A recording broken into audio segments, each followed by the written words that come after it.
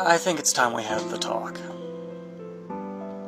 Someday somebody might send you a message, try to do something that may seem really exciting at first, but it can have lasting consequences.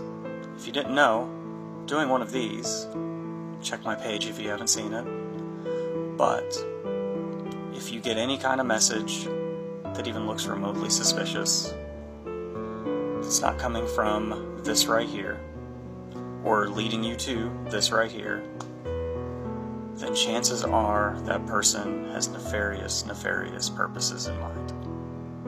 And it's not me. This was a lot funnier in my head.